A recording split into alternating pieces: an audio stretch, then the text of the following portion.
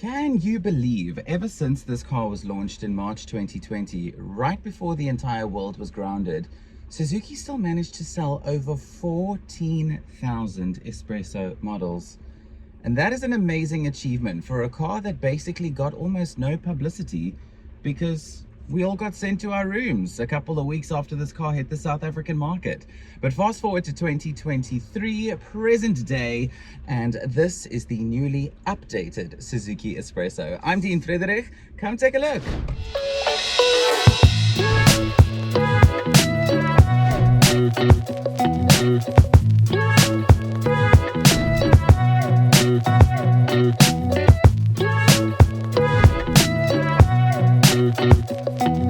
So, as I'm sure you can probably tell, looking out of the window next to me, it is a very gloomy and rainy day in Cape Town today. So if the wipers irritate you every couple of seconds, I'm sorry, but I do need to see where I'm going.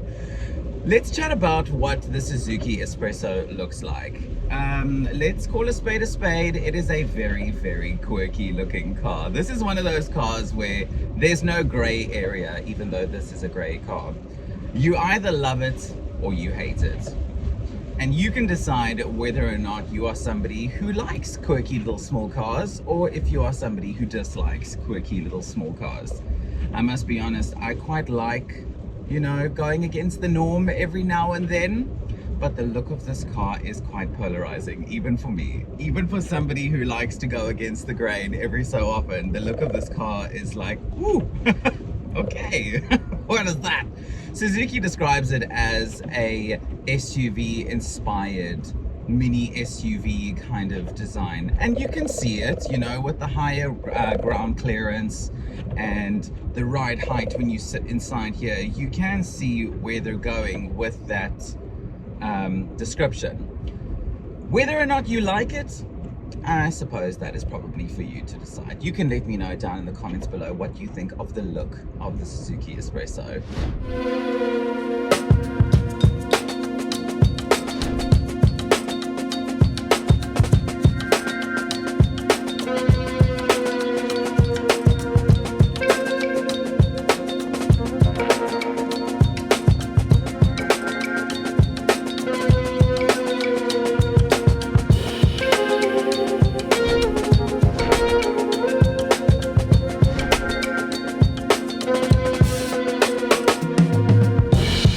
As I was mentioning in the beginning of the video, this is the updated Suzuki S-Presso, which was brought to South Africa in December, just a couple of months ago.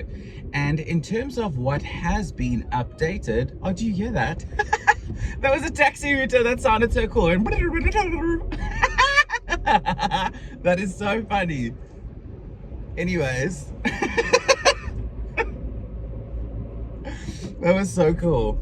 So in terms of what has been updated in the Suzuki S-Presso, one of my favorite updates is the engine. So you may remember the Celerio that I had on test a couple of months ago if you follow me and you follow this channel. So the Espresso now has the same engine as the Celerio, which I think is a very, very smart move, because the Celerio's engine is smoother, more efficient, less noisy, and it's got auto start stop. There we go. Auto start stop in a little Suzuki S-Presso. I think that is so cute how this little, little budget hatch has auto start stop. It's such a cute little touch. And I mean, that obviously, contributes to fuel efficiency. So it's not bad. Other updates to the Espresso are the inclusion of more safety features. So in the past, with the Espresso, you had just the airbags, ABS, and EBD, electronic brake force distribution. But is there a reason why this truck is tailgating me? You now also have more new safety features. You now also have ESP, electronic stability program, and you have ISOFIX child seat anchor points in the back, which is great for small families. Sometimes small families are also on a budget and they want to be able to get around as affordably as possible. So it's nice to know that now the Suzuki S-Presso is little family friendly with ISOFIX on the back seats now. Other changes to the Espresso also include the alloy wheels, which you see on this test car. The Espresso previously only came with hubcaps, whereas now you've got some alloy wheels on your GL Plus and S Edition models. So just zhuzh up the look of your Suzuki S-Presso just a little bit more.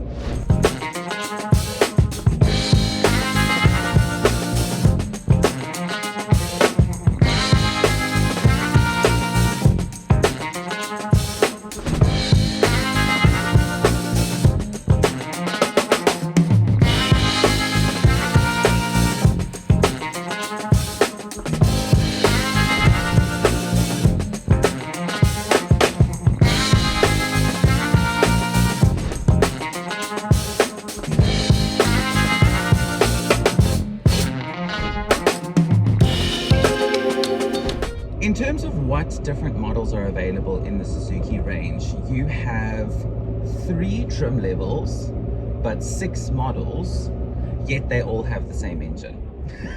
That sounds a little bit confusing, I know. Let me break it down for you. So in the Suzuki S-Presso range, you've got the GL, the GL Plus, and the S Edition. Mechanically, they're all exactly the same. They all have the same three-cylinder, or I almost said 3-liter. Imagine, Suzuki S-Presso, 3-liter, raw!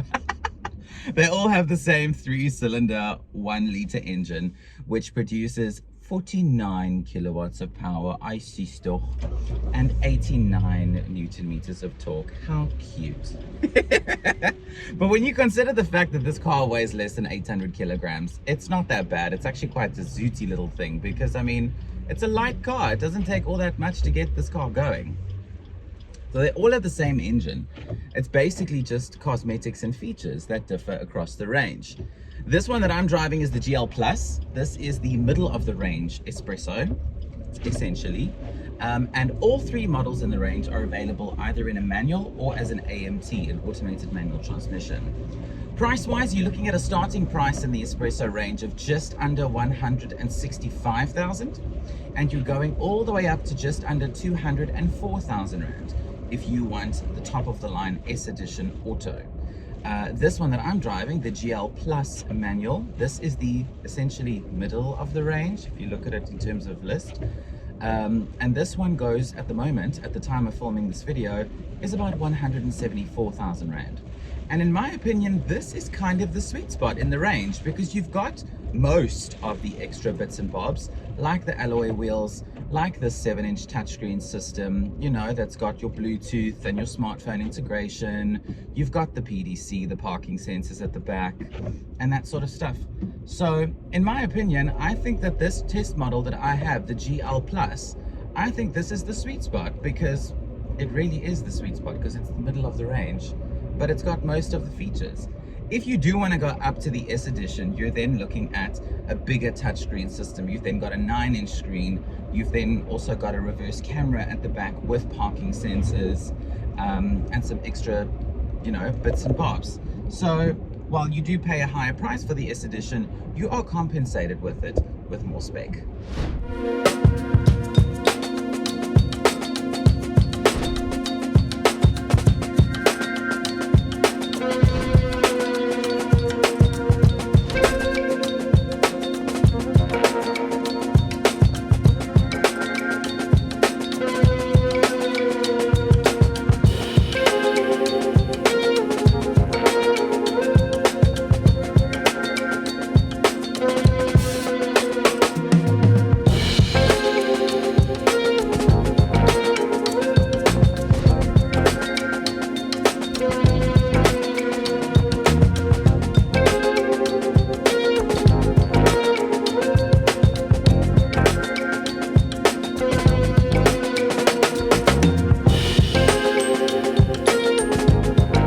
So the Suzuki S-Presso is, of course, no doubt a budget hatch. This is a car that is, you know, aimed at or geared towards people that are either buying a brand new car for the very first time, or you are in the market for a new car, but you are very, very strict on budget. You can only afford so much and you can't afford any more.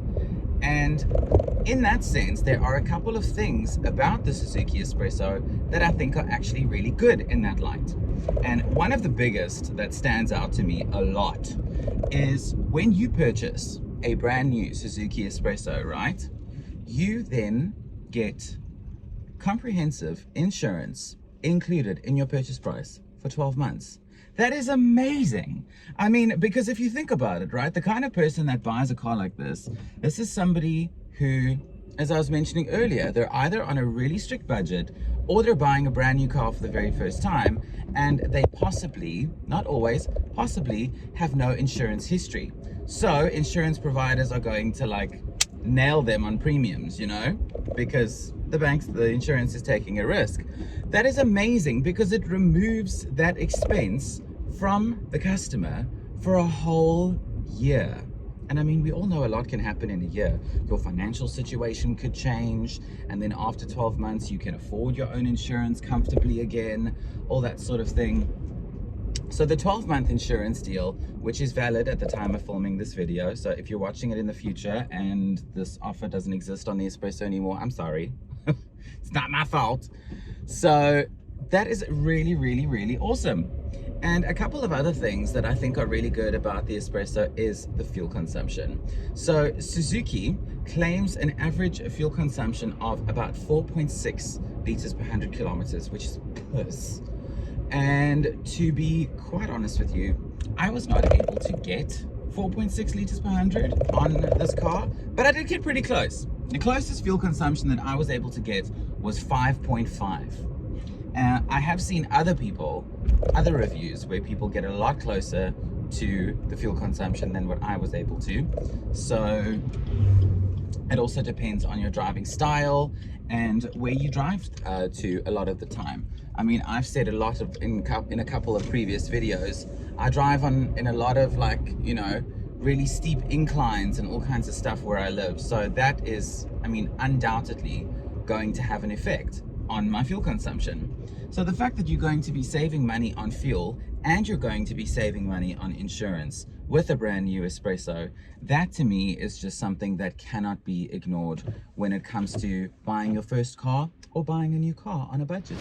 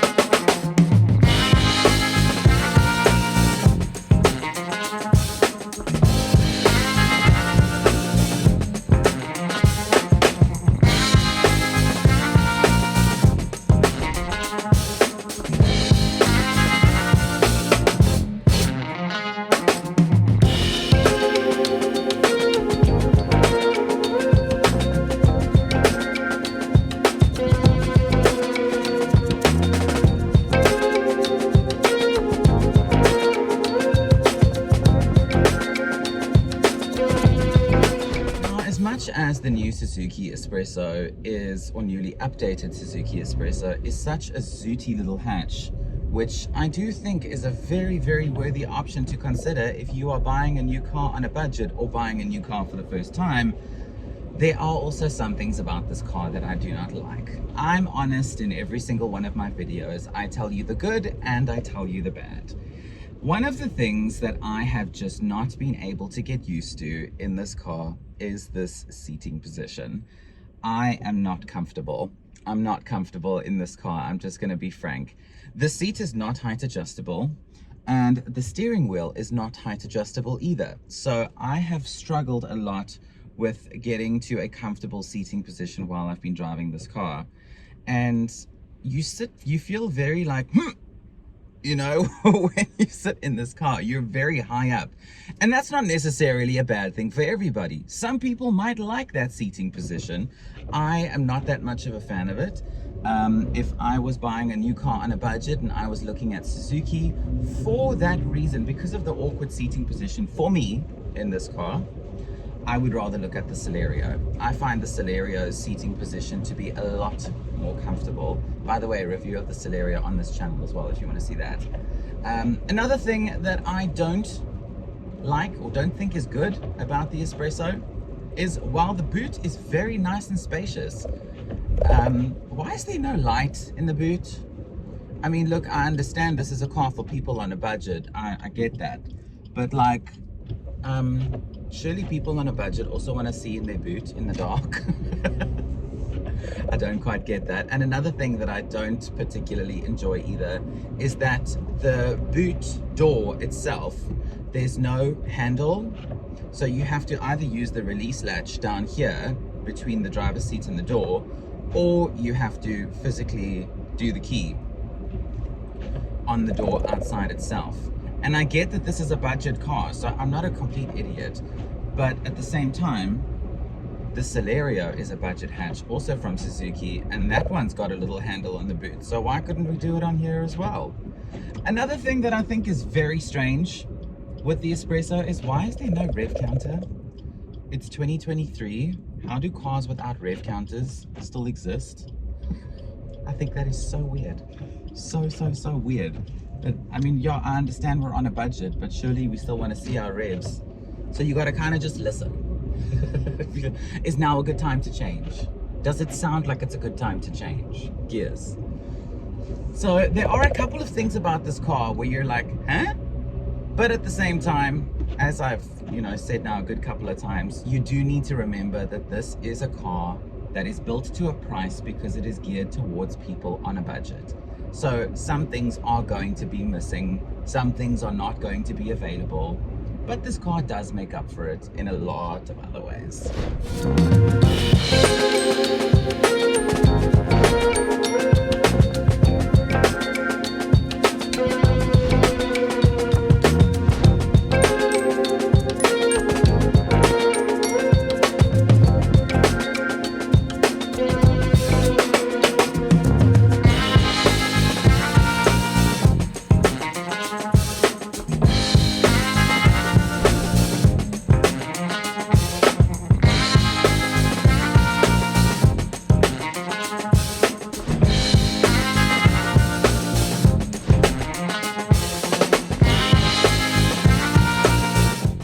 Something else I do also want to mention, which I nearly forgot about and just remembered just before I ended this video off, is that included in your purchase price of a new Espresso, aside from that 12 months insurance, which I was mentioning earlier in the video, you also have a 5-year, 200,000 kilometer warranty with Suzuki South-Africa. And you also have a 2-year, 30,000 kilometer service plan, which I think is very nice because your service costs are covered for 2 years, your insurance is covered for a year, and you're under warranty for 5 years. So that essentially means that in the first year alone of paying for your new Espresso as a first time or budget buyer, literally you're only paying your finance installment and your petrol. That's it. And it's a 27-liter tank. I mean, it's not expensive to fill, even though petrol, oh God, yeah, let's not get started about that. So if you are somebody who is buying a new car for the first time, or if you are somebody who is buying a car on a budget, I definitely recommend that you give this a look, because it is affordable, it's efficient, fuel efficient, it's affordable to run, it offers you good spec. Why not? Also look at the Celerio. I suggest you look at the Celerio as well, because that is also a very worthy option to consider in the budget hatch segment. And if I'm completely honest, I do prefer the driving position of the Celerio over the Espresso. I'm Dean Friederich. Thank you so much for coming to hang out with me and the Suzuki Espresso on this gloomy, drizzly, rainy day in Cape Town. I hope that I've answered any questions you might have about the Celerio. If I haven't, leave a comment down below. I will gladly get back to you.